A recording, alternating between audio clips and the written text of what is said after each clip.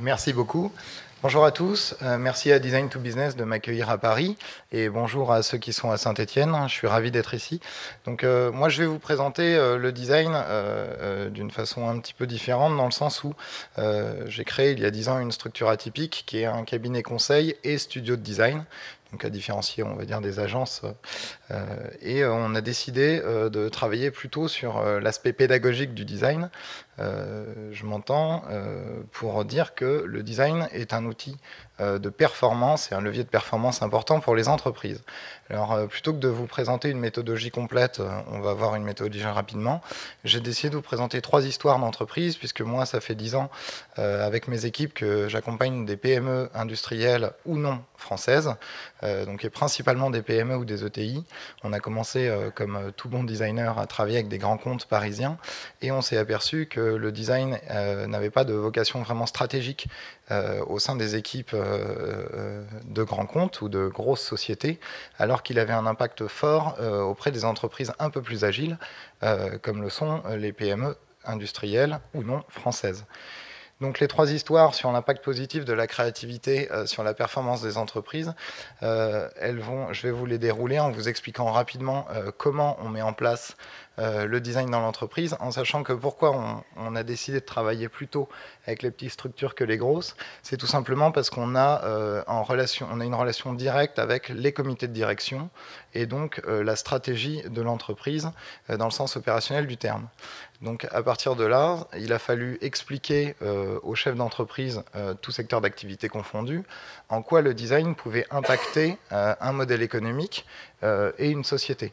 Donc là-dessus, on a décidé de créer un outil qui s'appelle le diagnostic stratégique de design, qu'on propose en amont de nos prestations et qui nous permet de faire une photographie de l'entreprise, de son contexte, mais aussi de son outil industriel et de l'ensemble de ses points de contact. Alors pour ça, on utilise des modèles qui sont utilisés conjointement par le marketing, les bureaux de R&D et bien évidemment la direction, comme le business model Canva d'Alexander Osterwalder. Je ne sais pas si certains d'entre vous l'utilisent. C'est un outil de communication transversale assez intéressant et qui permet de montrer sur une proposition de valeur design sur un concept qu'est-ce qu'il y a à mettre en place dans l'entreprise pour parler aux différents segments de clientèle touchés à travers les canaux de distribution et bien évidemment l'ADN et l'identité de la marque, tous les points que je viens de citer étant évidemment excessivement impactés par le design. Et en amont, on audite également les activités de l'entreprise, donc à savoir qu'est-ce que l'entreprise fait, quels sont les corps de métier qui sont représentés dans l'entreprise, quelles sont ses ressources en termes de machines par exemple, et de parc machines, mais également ses ressources humaines, et quels sont les partenaires influents et importants qui se trouvent être autour de l'entreprise et qui vont influencer la réponse du designer et la réponse design. Donc tout ça pour être capable de créer tout simplement un cahier des charges au design et à l'implantation du design dans l'entreprise.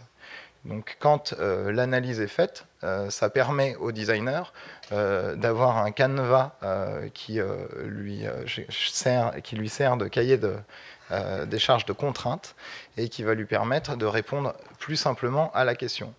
En deuxième temps, pour proposer une valeur design intéressante, il faut qu'elle soit en cohérence avec la marque ou les marques de l'entreprise. Donc en ce sens, il faut être capable de comprendre les outils marketing et les outils de branding pour savoir sur un ADN de marque donné quelles sont les réponses design à apporter en cohérence avec la marque de l'entreprise et la photographie dont nous venons de parler. Donc, ce qui nous permet de proposer, par exemple, une rationalisation du portefeuille de marque, de l'architecture de marque, et puis de travailler en planning stratégique sur les projets pour être capable d'implanter le plus vite possible la valeur ajoutée du design dans l'entreprise. J'en finirai avec la méthodologie pour dire qu'on a décidé de travailler non pas sur un champ du design, moi je suis designer industriel de formation, mais de travailler à plusieurs designers et plusieurs métiers du design pour travailler justement une marque complète ou une entreprise dans sa complexité avec l'ensemble des points visuels et tactiles qui vont créer l'expérience de la marque et donc influer sur le design et sur l'expérience du consommateur. Donc en ça, on s'attache à travailler non seulement sur l'identité graphique de la marque, l'identité qui va correspondre à son ADN, mais également aux outils de communication, à ces problématiques de packaging, de produits industriels, puisque c'est notre métier de base, et également maintenant aux outils numériques qui devront être en cohérence avec l'ensemble des points que je viens aborder. Maintenant, pour en finir, j'en ai fini avec la méthodologie, j'espère que je n'ai pas été trop long sur ce point-là, et donc je vais me permettre de vous raconter les histoires de 3 clients, tout simplement, des clients de l'agence, donc il n'y a rien de confidentiel.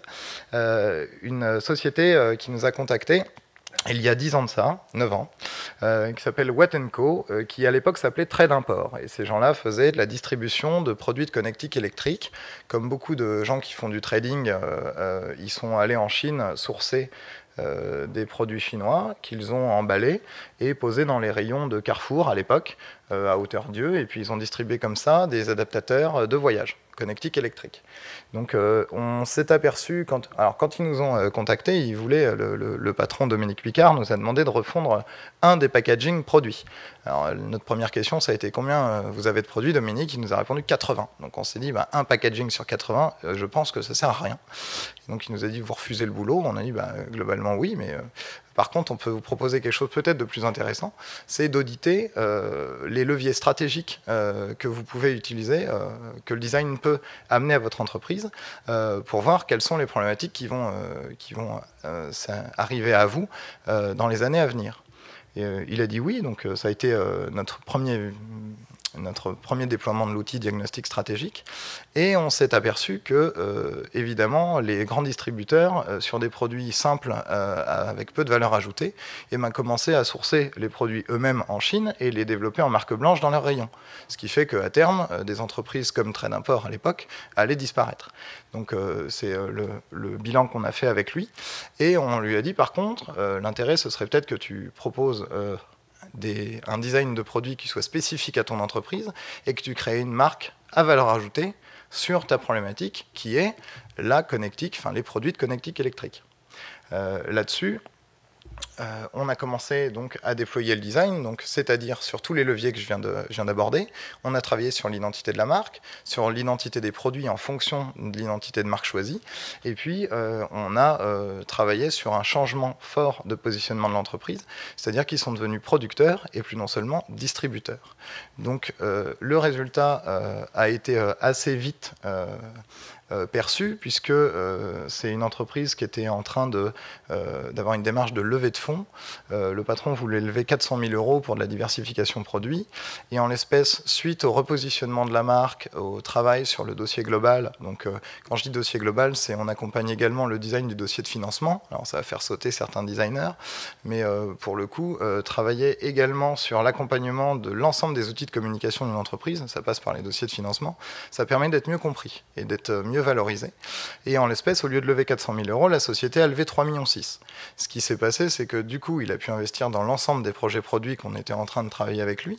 On n'est pas les seuls designers à avoir travaillé avec lui, ils ont travaillé aussi avec Caïman Design, qui travaille notamment pour Legrand. Et on a, en retour et en résultat, ce qui s'est passé, c'est que Watt & Co, en diminuant son nombre de commerciaux, a été référencé dans l'ensemble des points de distribution de la connectique électrique, et maintenant leader sur le marché des adaptateurs français. Donc si vous tapez adaptateur de voyage sur Google, vous allez trouver lui. Globalement, on n'en trouve pas beaucoup d'autres. Sur les points de distribution en France, donc les grands points de distribution, on retrouve les adaptateurs de voyage également, et l'ensemble de nouveaux produits de la connectique électrique, puisque Watt & Co a été identifié maintenant comme une entreprise très innovante dans le secteur de la connectique électrique, alors que je viens de citer l'âge de l'entreprise, c'est une entreprise qui a 9 ans. Donc le design a servi à évidemment augmenter le référencement, mais augmenter la relation utilisateur, puisque je ne vais pas l'apprendre aux designers, quand on dessine un produit, on dessine notamment les usages. Petite parenthèse sur les adaptateurs de voyage, une des innovations, ça a été de travailler sur un produit qui se conçoit en 2 moules et non plus 3. Donc évidemment, la rationalisation de l'outil de production a fait qu'on a augmenté les marges à la fabrication, et on a intégré sur le moule des adaptateurs le nom des pays où on pouvait aller avec. Alors ça semble tout bête, mais c'est quelque chose que personne faisait. Et pour le coup, quand on a enlevé le packaging de son produit, on ne sait plus où on va, à moins d'être expert en connectique électrique. Ce qui fait que les gens sont ravis et gardent l'adaptateur sur le long terme. Donc ça a permis d'améliorer l'image de marque et ça a contribué au financement de l'entreprise. Donc le changement de modèle a été drastique et le design y est pour quelque chose. Ce qui fait que c'est pour ça que je dis on est un peu atypique, puisque la notion de conseil est pour nous largement aussi importante que la notion de studio. Donc ça c'est pour la première histoire. Donc voici rapidement ce que les produits donnent et ce que l'identité de marque donne. Vous pourrez aller sur Internet si ça vous intéresse. Vous avez un site Internet Watt & Co qui est très clair sur le sujet. Alors Watt & Co se trouve à Avignon. Puisqu'on est basé à Paris, mais on travaille sur l'ensemble du territoire français, et principalement, comme on accompagne des entreprises françaises et des entreprises industrielles ou semi-industrielles en France, on est plutôt à intervenir en région. La deuxième histoire que je vais vous raconter, c'est l'histoire de la distillerie Waregem, donc une distillerie qui a 100 ans, un petit peu plus, et qui est dans la production de liqueurs et de spiritueux depuis une centaine d'années, dont l'activité était en décroissance, et qui nous a appelés pour travailler sur, de la même façon, le design. Alors je vais dire le design de la marque, et donc du coup, on a appliqué la même méthodologie. Ce qui s'est passé, c'est que sur les marques de la distillerie Waregem, donc ils produisent des spiritueux, ils produisent du whisky notamment, on a essayé de travailler sur la rationalisation de l'outil, enfin des coûts de production de la même façon, et on a proposé de travailler sur un packaging qui était commun à l'ensemble des marques de whisky. Ce qui a été un peu compliqué, puisque les commerciaux s'opposaient farouchement à ce sujet-là, puisqu'ils avaient l'habitude de travailler sur plusieurs marques avec plusieurs packagings. Le résultat pourtant s'est pas fait attendre. On a travaillé sur une nouvelle marque donc, qui s'appelle Armoric et qui concentre les whisky single malt de la distillerie. On a travaillé sur un packaging qui correspond à l'ensemble de la gamme de produits et on a rationalisé les coûts de production en travaillant sur un packaging pour contenir l'ensemble des bouteilles. Simplement, et vous le verrez sur l'image d'après, en travaillant sur une chaussette du packaging qui permet d'avoir finalement d'imprimer un packaging à haute valeur ajoutée, c'est-à-dire avec tout ce qu'on peut trouver en termes de forme de découpe, outils de vernis sélectif, embossage, mais pour faire comme les grands, on va dire, hein, comme les grandes marques, mais avec assez de quantité produite pour qu'on puisse le commander, puisque c'est le problème de la plupart des industries, enfin des petites industries françaises, c'est des problèmes de quantité et d'échelle, et ce qui ne leur permet pas d'utiliser des bons matériaux, on va dire des matériaux nobles à chaque fois.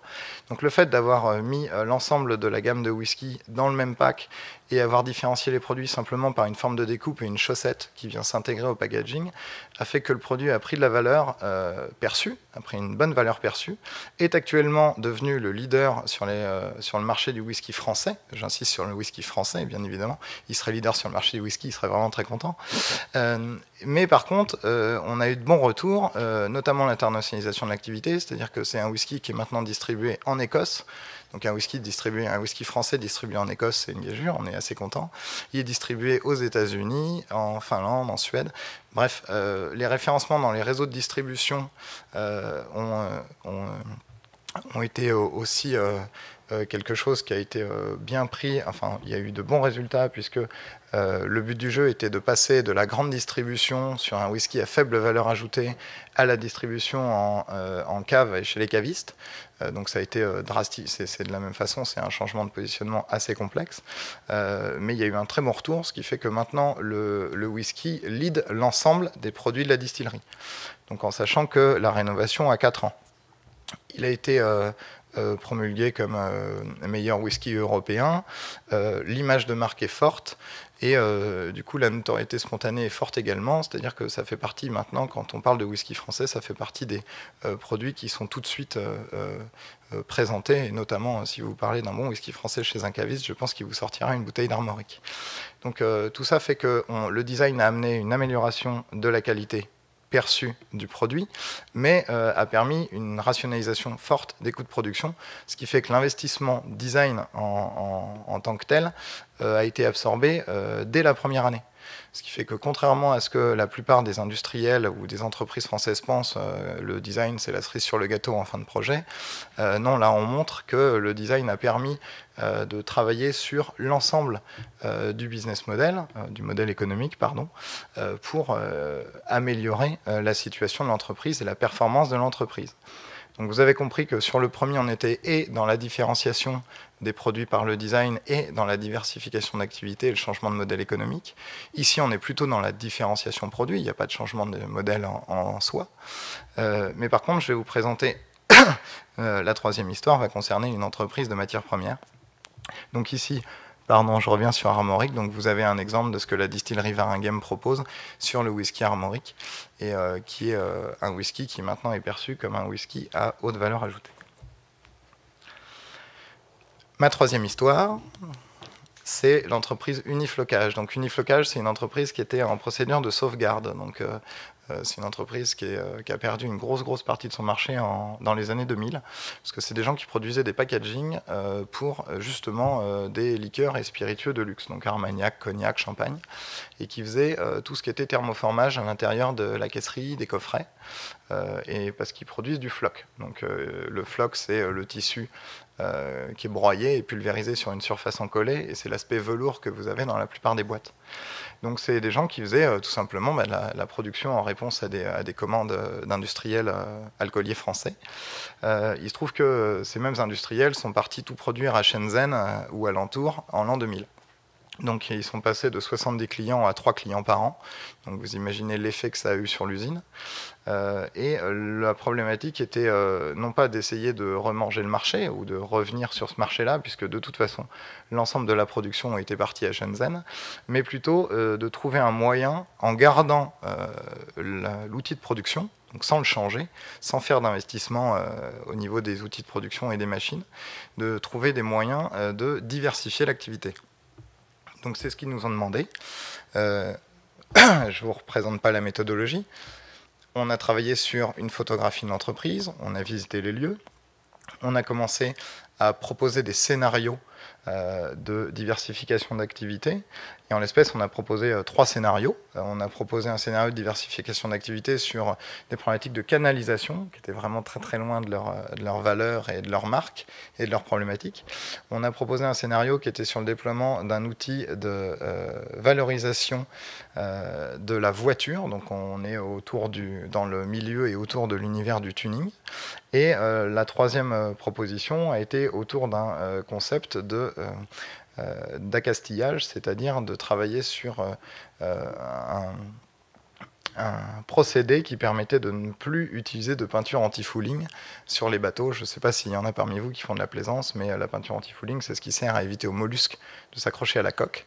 Et donc, c'est un procédé chimique d'échange avec la mer qui fait que les mollusques ne s'accrochent pas. Et on a fait des tests en diversification d'activité avec le floc pour essayer de trouver un moyen mécanique de permettre aux mollusques de ne pas s'accrocher. En l'espèce, la diversification a été réussie, si je puis dire, puisque l'entreprise n'est plus en procédure de sauvegarde, que la direction a monté 2 nouvelles marques. Une marque sur le principe du procédé sur les voitures. Donc je vous montrerai ensuite des images. Donc en fait, ce qu'on fait, c'est qu'on emballe une voiture avec une espèce de robe de soirée en floc, tout simplement. Donc au départ, le patron a trouvé que le projet était assez risible et que ça ne servait à rien. Et c'est pas faux. Mais en l'espèce, en mettant une caméra tout simplement dans une rue où on avait garé une voiture complètement emballée, on s'est aperçu que 70 personnes étaient venues la caresser dans la journée. Donc je suppose que vous n'avez jamais caressé de voiture, personne ne caresse de voiture, mais une voiture floquée, ça se caresse. Et donc en fait c'est un pôle d'attraction et d'attractivité assez important, ce qui fait qu'on a fait le pari de travailler sur les outils de communication et d'envoyer l'entreprise, enfin les patrons sont partis à Vegas, au salon du tuning, le plus important du monde, et c'est la seule entreprise française à avoir gagné non seulement 1 mais 4 awards à Vegas, et ce qui fait qu'ils ont commencé à distribuer le concept de voiture floquée aux États-Unis et ils ont été repris par, je ne sais pas si vous connaissez l'émission Pimp My Ride par exemple, donc c'est des gens qui tunent des voitures, hein, font du tuning sur des voitures. Et donc là-dessus, l'internationalisation s'est faite d'elle-même, puisqu'en France, on n'est pas tuning du tout, on le savait, même s'il y a le Paris Tuning Show à Paris. Mais par contre, à l'international, c'est quelque chose qui a été bien repris. Sur les bateaux, les tests ont été menés pendant 3 ans, et on s'est aperçu que non seulement ça fonctionnait très bien, c'est-à-dire que les mollusques ne peuvent pas s'accrocher à une coque de bateau quand la coque est floquée, mais en plus, il n'y a plus d'échange chimique avec la mer, ce qui fait que c'est relativement éco-friendly, on va dire ça comme ça. Et ensuite, petit bonus, on gagne en vitesse de navigation, puisqu'on gagne 7%, puisqu'en fait, on n'avait pas prévu, mais il y a une bulle d'air qui se forme entre l'espèce de couche de moquette et le bateau, qui permet au bateau d'avancer plus vite. Donc ça, c'est un des sujets qui n'a pas été vraiment traité et designé, puisqu'en fait, le patron a tout de suite vendu son brevet, puisque du coup, il y a eu un dépôt de brevet à la suite de cette diversification d'activités. Le patron a tout de suite vendu son brevet pour permettre de financer la partie justement tuning, et en ce moment travaille sur la valorisation de son concept de voiture en robe de soirée. J'aime bien le dire comme ça. Donc on a maintenu l'outil de production, il y a eu un dépôt de brevet, et surtout le patron est parti sur des marchés qu'il ne connaissait pas du tout, et les équipes commerciales de la même façon, et on continuait à déployer le process de fabrication du floc, ce qui fait qu'en mètres carrés, on est en dessous de ce qu'ils faisaient en packaging, en nombre de mètres carrés par an. Par contre, les marges ont fortement augmenté, ce qui a permis de continuer à l'usine de vivre dans le nord de la France, puisqu'il se trouve à Berck. Donc voilà, 3 histoires de design pour vous expliquer que le design, justement, est un outil fort de différenciation, bien évidemment, mais ça, on en a eu l'exemple toute la journée, mais également de diversification, à condition que le designer soit directement en lien avec la stratégie de l'entreprise. Donc ça veut dire qu'il faut absolument que le designer soit en lien direct avec le patron, ou le directeur de l'innovation, ou le directeur du bureau d'études. Dans une PME, il y a rarement de directeur marketing, mais en tout cas, qu'il soit directement en prise directe avec la direction, qui puisse directement appuyer les sujets qui sont présentés par les designers. Donc ici, vous avez des exemples de ce qu'a donné Velvet Car. Donc vous pouvez retrouver ça sur Internet. Les voitures sont floquées. Alors, contrairement à ce qu'on pense, c'est du tuning, mais je trouve ça assez joli. Parce que moi, je ne suis pas fan de tuning à la base. Mais vous avez la première Mercedes, là, pour les Parisiens, a été exposée sur les Champs-Élysées l'année dernière pendant 6 mois. Donc, et il y a beaucoup de concessionnaires de voitures de luxe qui utilisent le floc pour amener, on va dire, plus de passages devant leurs concessions. Parce que, comme je vous disais, ça marche très bien. Les gens finissent par caresser les voitures. Voilà, j'espère avoir été assez clair sur ce que la créativité peut amener aux entreprises, et notamment aux petites entreprises, puisqu'on parle beaucoup des gros, mais moi, je suis spécialisé dans les petites depuis maintenant 7 ans. Je fais plus de 95% de mon chiffre d'affaires avec ce qu'on appelle les petites boîtes en France. Et on voit bien que non seulement ça fonctionne, mais ça permet aux entreprises de grossir, de se déployer, et de garder l'outil de production ici, contrairement à ce qui se passe à peu près partout. Merci beaucoup de m'avoir écouté. J'attends vos questions.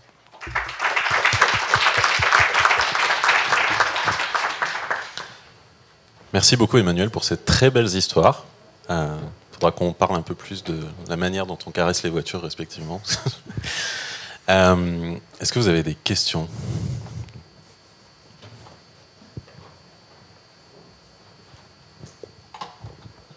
Bonjour et merci pour ces success stories. Ça fait très plaisir de voir que justement l'ISEN peut contribuer au développement des entreprises. C'est une thématique importante aujourd'hui en France et ça fait du bien, ça donne du positif. J'ai longtemps été en agence de design et j'ai toujours pensé que c'était dans les petites entreprises que le design pouvait être le plus utile et où le designer pouvait se sentir le plus utile. Et c'est là qu'il y a les plus gros besoins. Simplement, en général, je me heurtais à la fois aux comptables de mes agences et aux décisionnaires des entreprises qui n'avaient pas les budgets. Donc, sans que vous nous dévoiliez votre business model, je voulais savoir comment vous arriviez à dégager chez vos clients à la fois l'envie de faire appel à un designer et les budgets afférents. Alors, ça passe, comme je vous ai dit, maintenant l'entreprise a 10 ans. Donc, ça n'a pas été toujours tout rose.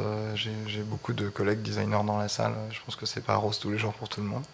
Mais une fois qu'on a pris contact avec un client, notre objectif, on s'est aperçu que la pédagogie n'était pas faite. Alors je veux pas vexer les institutions qui font la promotion du design, et je remercie notamment la Cité Lieu d'avoir organisé Design to Business, mais la sensibilisation au design et la pédagogie auprès des décideurs est peu faite, c'est-à-dire que, comme je disais, on a tendance à considérer le design comme avec une notion forte d'esthétisme. Donc si on prend l'échelle du design danoise, que vous connaissez sûrement, on reste au niveau 1, c'est-à-dire que le design est, comme je disais, la cerise sur le gâteau, et ils ne comprennent pas que le designer a, de par simplement sa formation, est tout à fait capable de comprendre un process industriel, de discuter avec le marketing, de discuter avec le commercial, de la stratégie de vente, et du coup de mettre tout le monde d'accord autour de sujets et de projets. Donc c'est pour ça qu'on a créé des outils, on a écrit deux petits livrets qui s'appellent les 7 clés de la croissance des PME et le design et la marque. Et c'est des livrets pédagogiques à destination des entreprises, mais pas que, puisque en France, il faut aussi s'adresser aux politiques, et notamment aux pôles de compétitivité, aux grappes d'entreprise, aux CCI, et à tous les accompagnants. Et donc on a commencé à travailler ce sujet-là il y a 6 ans, et de fil en aiguille, à force de le rabâcher, hein, c'est toujours pareil, on arrive à convaincre. Alors on n'arrive pas à convaincre à chaque fois, bien évidemment, mais par contre, quand on propose, quand on montre aussi des success stories de patrons, moi j'hésite pas à dire à mes prospects d'appeler mes clients pour qu'ils leur expliquent le bon fonctionnement du design dans l'entreprise, et aussi le faible coût du design, puisque quand on sait que si vous faites appel à un KPMG pour un dossier d'audit, ou un Accenture, ou ce que vous voulez pour un dossier d'audit, c'est des gens qui prennent 2 500 € la journée minimum, le designer en est loin, et pourtant amène beaucoup plus de valeur ajoutée à l'entreprise que des gens qui font typiquement des tableaux Excel financiers. Donc pour nous, on est vraiment sur des métiers qui permettent d'avancer et de faire avancer l'entreprise à moindre coût. Donc moi, c'est ce que j'arrête pas de dire. Certaines personnes me croient, d'autres non, mais ceux qui me croient, je pense, n'ont pas été déçus jusqu'ici.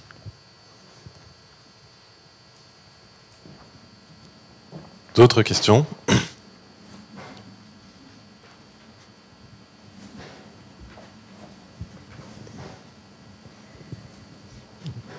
Alors, moi, je voulais savoir si certaines de ces PME avaient été amenées à intégrer des designers par la suite. Ou... Bonne question, merci beaucoup de l'avoir posée, parce que j'ai oublié d'en parler. Oui, bien évidemment, le but du jeu, c'était pas de scotcher les PME à l'agence. Alors vous allez dire, on se tire vraiment une balle dans le pied. Mais le but du jeu, c'était de faire comprendre que le design est une ressource importante dans l'entreprise. Et oui, que What & Co, par exemple, a intégré un designer. Il nous a demandé d'ailleurs de travailler sur l'intégration du designer chez eux. Donc ce qui fait qu'on a formé le designer à la marque, on a accompagné l'intégration du designer. Et depuis qu'on a commencé à travailler avec l'entreprise What & Co, ils ont eu un designer en interne. Au-delà de ça, Velvet Car, un des fils de l'entreprise a été pris de passion, un des fils des patrons a été pris de passion pour le design, est devenu designer de son matériau, et donc du coup fait du déploiement lui-même. Mais effectivement, le design comme ressource en interne est primordial. Pour la plupart des entreprises françaises, avoir un designer, c'est pas tirer dans le pied des agences comme la plupart des agences le pensent. Je pense que c'est l'inverse, puisque du coup on aurait un référent dans l'entreprise qui nous permettrait de bosser plus vite, plus facilement, et donc de déployer les projets de la bonne manière. Donc oui, bien évidemment, le but du jeu est d'intégrer le design dans l'entreprise. Moi, je vous disais que j'ai été formé au design industriel, j'étais formé à l'école de design Nantes-Atlantique, et on est vraiment là-dessus, c'est-à-dire le but du jeu est de travailler en design intégré pour que ça fasse partie des métiers de l'entreprise et que ce ne soit pas vu comme le gentil freelance arrivant à 10h du mat. Voilà. Merci. Merci. On a pris un tout petit peu de retard sur le programme. Est-ce qu'il y a d'autres questions avant qu'on demande à nos amis stéphanois si eux aussi ont des interrogations ? Très bien. Alors on va passer la parole à Pierre. Oui, est-ce que nous avons des questions ici ? Très belle présentation, effectivement. Une main se lève, non ? Une des questions que moi je me posais, incidemment, c'était la capacité des entreprises à supporter ces révolutions stratégiques, parce que l'idée c'est que là on est sur un design qui transforme assez radicalement l'entreprise. Est-ce qu'il n'y a pas finalement une capacité de refus importante, un risque de blocage important au moment de la proposition de ces transformations assez radicales? Alors, merci Laurent pour la question. Effectivement, ça peut, mais l'intérêt du designer, c'est sa capacité de représentation. C'est-à-dire à moindre coût, on est capable de travailler sur de la démonstration et la pertinence de projet. J'entends bien évidemment visuellement, comme on l'a vu toute la journée, mais on est capable de travailler sur un scénario d'expérience, on est capable de travailler en proposant au bureau d'études des solutions techniques qui soient peut-être plus intéressantes et moins chères, puisqu'on n'arrête pas de dire que le design c'est cher, mais c'est vraiment faux. Faut mettre un grand coup de pied dans la fourmilière pour expliquer que le design c'est vraiment quelque chose qui améliore la performance de l'entreprise dans tous les sens du terme.